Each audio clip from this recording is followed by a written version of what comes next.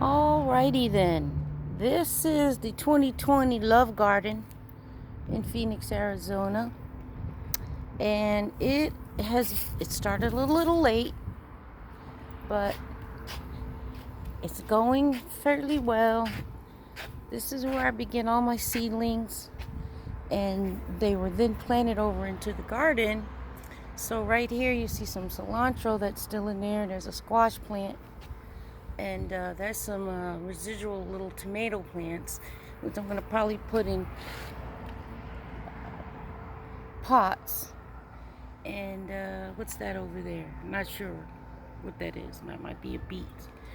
The special pack of I was sent for Christmas with the interesting different kinds of vegetables in it. Well, these are the yellow squash, and if you can see, they're popping up. When they get really mature, they start looking like this. I got a couple where are you, fellas? Right there. Got a couple of really nice other flowers from. Let me turn them around this way. There they are. Hey, where are you guys? There they are. Hello, boys. There's a few of them in there. There's like 3. Nice fat ones. And they're getting there. Tomatoes. I have to put these things over top because it's Phoenix, the sun's so hot it would burn them up. Tomato plant. This is more tomatoes. Hopefully these are those striped tomatoes and they'll come out okay. They seem to be doing okay. They don't grow fast, but they're going. Over here I've got a little grove of collard greens that do not like the heat of Phoenix. I'm telling you. So that's going to be a job to keep them alive all year. This is one of 3 purple Brussels sprout plants. There's 3 of them here. And keeping them alive, I got to put them under a little tent as well. But they should be okay. I hope so. There's a bunch of beets right here, I believe. This is a bunch of beets, so they should be okay. On the last row, we've got serrano peppers. These are my serrano pepper plants, one of which is, where you at, dude? Flowering. They have some peppers over there in a minute.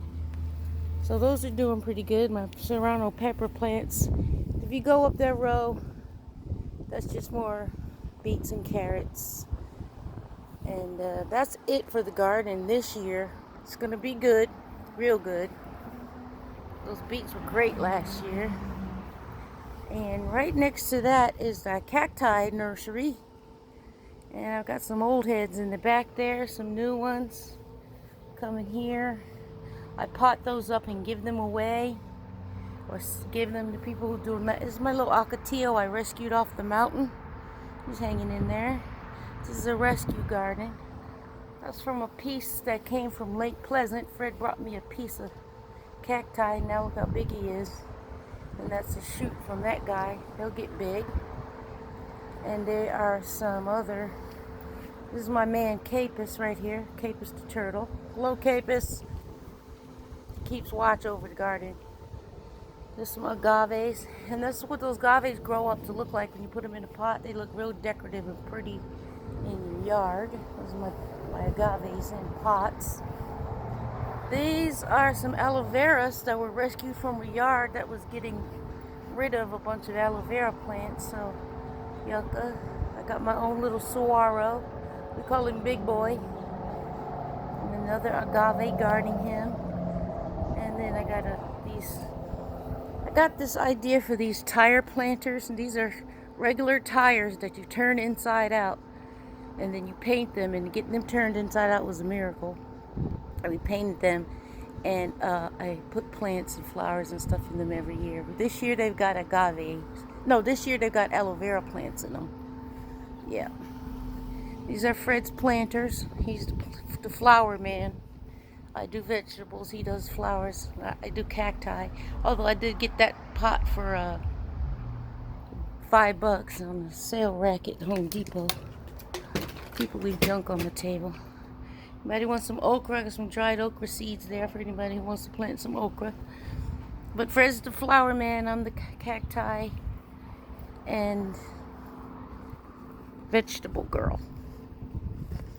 Yeah, he's got 2 of those. Yep. So that's how the planting and flowering is going in the garden this year. We're getting there. I'll give you a progress update one of these days soon.